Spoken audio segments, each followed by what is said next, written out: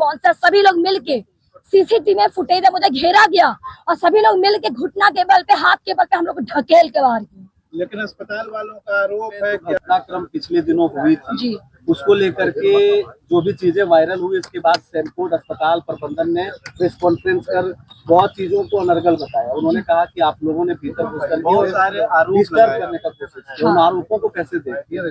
सबसे पहली बात है, कल जब उनकी प्रेस कॉन्फ्रेंस मैंने देखा तो ये साफ तौर पे पता चला कि सभी लोग मिलकर साठगांठ बनाकर हमारे एक छोटे से आंदोलन को वो लोग एक क्राइम वाला एक दबंगी रूप दे रहे हैं। सबसे पहली बात है कि मैं वहां पे कोई भीड़ लेकर नहीं गई थी, मैं अपनी महिला टीम के साथ गई थी। मेरे संगठन में आवेदन आया था कि ऐसा ऐसा मामला है, हमारे मरीज को डिस्चार्ज नहीं मिल रहा है, हमारे मरीज को इलाज नहीं किया जा रहा है और हमारा मरीज को अगर बोलते हैं डिस्चार्ज करेंगे तो बाउंसर को ताला पिटवाने का बार बार धमकी दिया जा रहा है। तो मैंने बोला ऐसा तो नहीं हो सकता। तो मैं अपने संगठन के महिलाओं के साथ यहाँ पहुंची, 17 तारीख को 3-3:30 बजे पहुंची थी।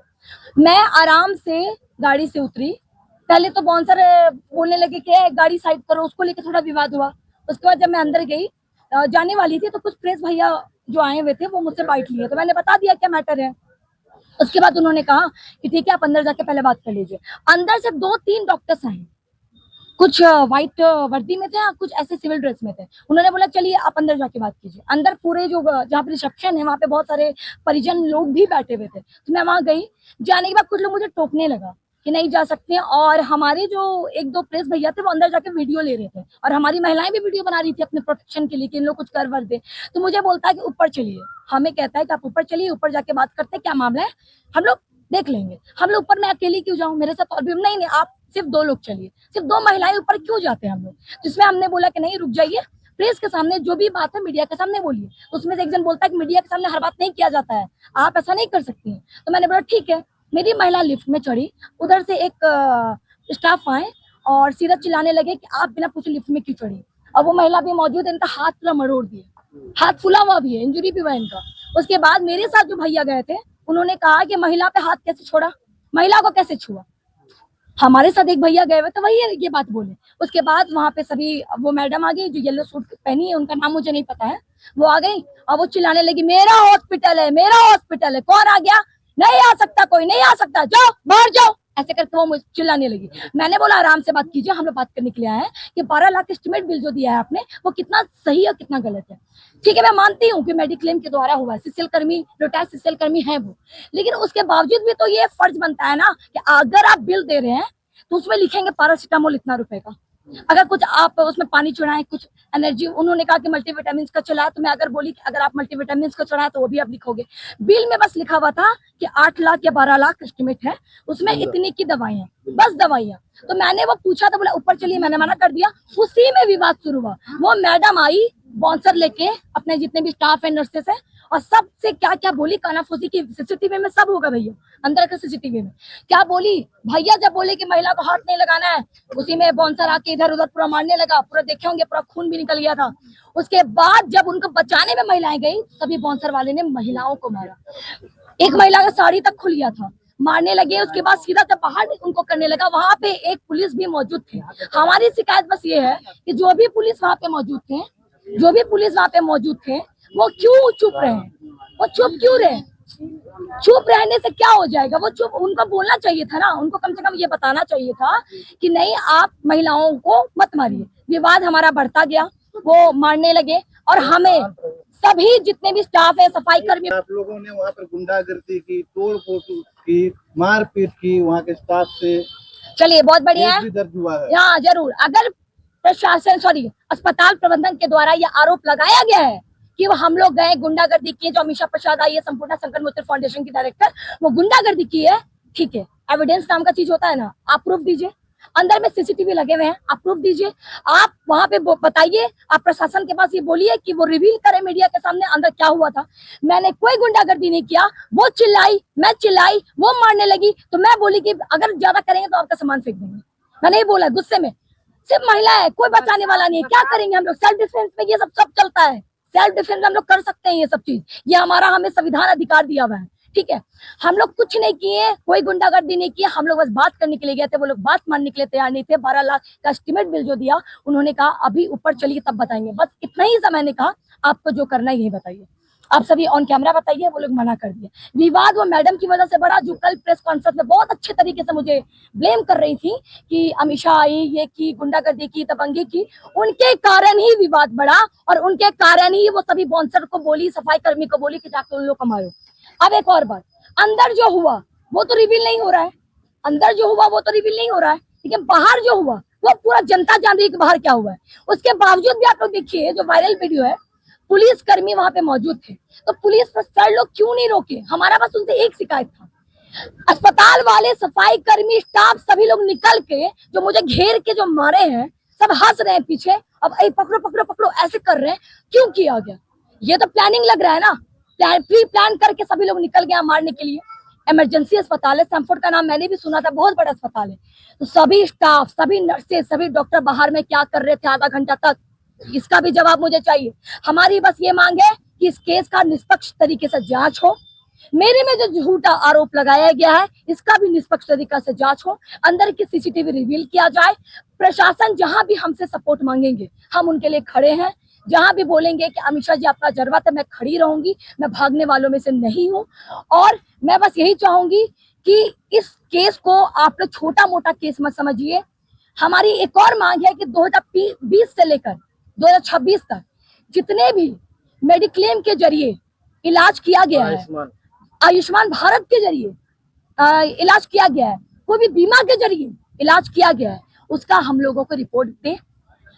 इसका एक गठन किया जाए, एक टीम, एसआईटी टीम गठन करके सैमफोर्ड अस्पताल में कितने इलाज में, कितने बीमा के द्वारा हुए, कितना डेथ सर्टिफिकेट वहां से निकला है 5 सालों में, कितने लोगों ने कंप्लेन दर्ज किया है, कितने लोगों की मृत्यु हुई है, वो सभी का एक वो पीडीएफ बना के प्रेस के सामने दिखाएं। अमीषा जी, क्या लगता है कि सैमफोर्ड अस्पताल गुंडागर्दी के मतलब सपोर्ट में है या फिर वो लूट कर रहा है?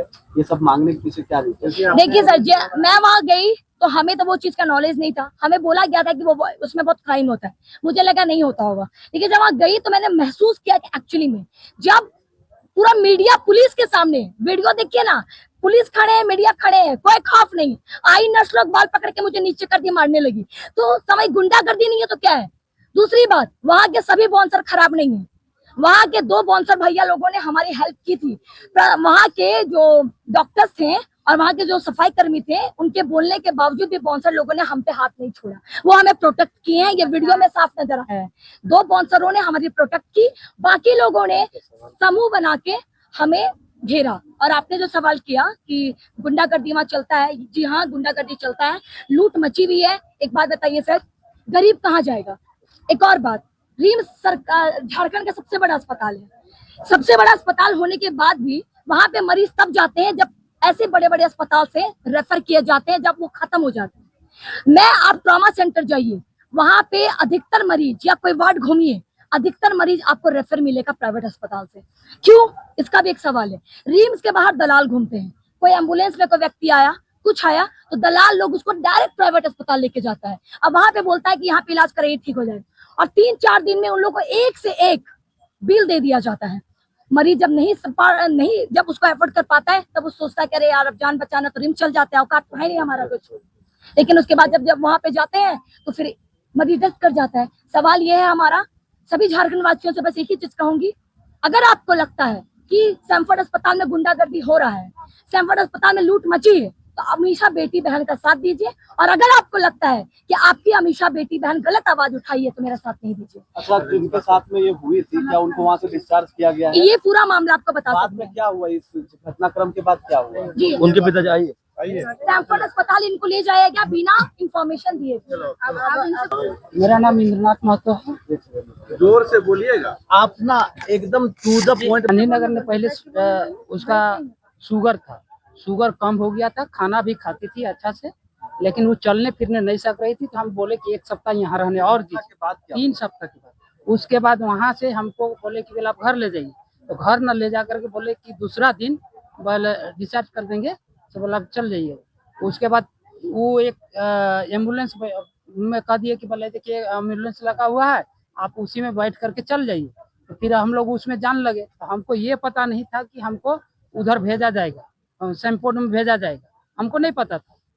तो जब हुआ गए तो हुआ जाकर, अब इमरजेंसी में थे, तो लास्ट में जी जब वहाँ पहुँचने के बाद इमरजेंसी में डाल दिए, उसके बाद फिर आईसीयू रूम में ले गए। उसके बाद एक दिन या 2 दिन के बाद फिर हमको बिल सीधे थमा दिए। 2,33,000 माने 30,000 कुछ था, तो वो हो गया। तो फिर हम कहे ठीक है, अच्छा हम ये ले जा करके दे देंगे 2 दिन के बाद। तो फिर ले जा करके हम जाके CMPDI में दिए। CMPDI में देने के बाद हम कहे कि हमको एक रिसिप्ट चाहिए। तो रिसिप्ट ले लिए और वहाँ ले जा करके जमा भी की। जमा करने के बाद देखते हैं, जमा करने के बाद दूसरा दिन फिर हमको मिलता है 11 लाख। ये बिल था, एस्टिमेट था। बिल कहाँ दिया है? बिल कुछ नहीं दिया है। ये देखिए ये घटना होने के बाद आपको हाँ। डिस्चार्ज कर दिया गया वहाँ पेशेंट को। वो 5 दिन के बाद, 5 दिन तक, और मजबूर होकर के ये देखिए ये जो है फर्स्ट 5 को एडमिट किए, 6 को हमारा बिल। तो आपको क्या लगता है कि आपके मरीज के बहाने उस अस्पताल ने आपको लूटने की कोशिश की? आपको क्या महसूस हो रहा है, बोलिए। हमको वही है, मैंने हमको मरीज को जाकर के अभी भी आप भले इतना डेंजर हो गई है ना, जो बच पाएगी कि नहीं बच पाई, पूरा शरीर एकदम उसका खराब हो गया है। पैर भी फूल गया है, हाथ भी फूल गया है, मुंह से कोई आवाज नहीं, कान से भी सुनाई नहीं दे रहा है, आंख नहीं खुल रहा है पूरा। ये पोजीशन कहने का क्या मतलब है कि CCL के अस्पताल में जब तक इलाज चल रहा था ठीक था हालत? हाँ उस समय ठीक था, सिर्फ खाली इंस्पेक्शन था, बस इसी के चलते हम लोग वहाँ गए। बस वो भी हमको नहीं मालूम कि वहाँ भेज रहे। अस्पताल की तरफ से कोई आपको बाद में कुछ किया गया, कोई जोर जबरदस्ती? कहाँ? कहा गया है गांधीनगर में। घटना के बाद यहाँ जब घटना हुई, यहाँ हमको देखिए, हम कहे कि हमको दूसरे जगह देखिए मारा हुआ है, चोट लगा है, बॉन्स। हाँ भाई, ये बच्ची को हम ऐसे बचा रहे थे, आ करके हमको मार दिया इधर साइड से आकर के मारा है। ऐसे बच्ची को हम बचा रहे थे, पता नहीं अब देखिए क्या सोच में है। हाँ 12 लाख का देखिए पहले दिया है, हम ये भी दिखा दे रहे हैं। मतलब बिल का विरोध किया आप लोगों ने, तो आप लोगों के साथ मारपीट की गई। मतलब अभी आपका पेशेंट कहाँ आप बिल बना के दीजिएगा तब ना देगा आपको पेमेंट, कि खाली लिस्ट बना दिए आप दे दिए। और